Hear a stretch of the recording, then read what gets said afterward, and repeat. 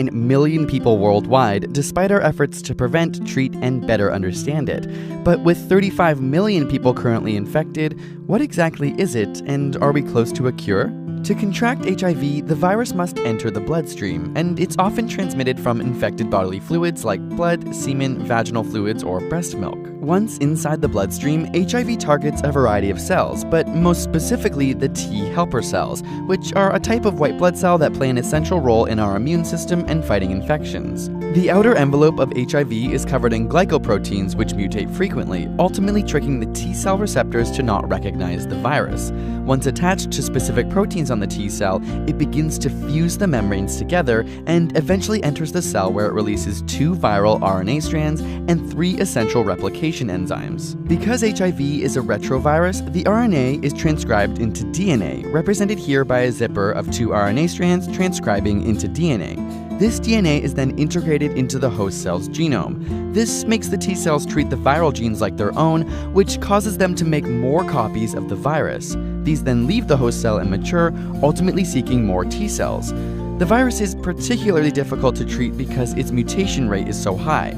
Overall, the replication process creates more than 10 billion new virions each day. During these initial stages of replication, called the latency period, a person may not show any major symptoms for up to 8 years.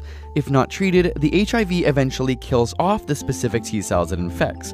When these T cells fall below 200 cells per cubic millimeter of blood, it becomes acquired immune deficiency syndrome, or AIDS. After progressing this far, the immune system becomes suppressed and is much more susceptible to cancers and opportunistic infections such as pneumonia.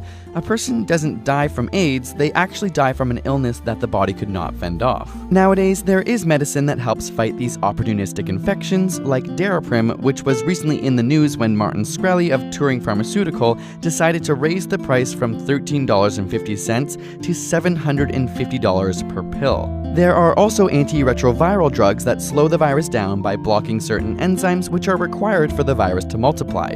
Similarly, those without HIV but at high risk of contracting the virus may take pre-exposure prophylaxis, or PrEP.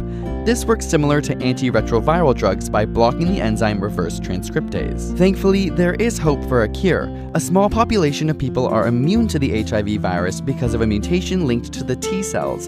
In one case, an HIV-positive subject received a bone marrow transplant, meaning they were given new stem cells that generate different T cells, and within 20 months, there was no evidence of the virus in their bloodstream.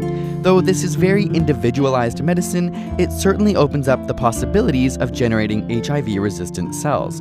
Combine this with other therapies and preventative measures like condoms, clean needle programs, and safe blood transfusions, and HIV/AIDS may one day be a thing of the past.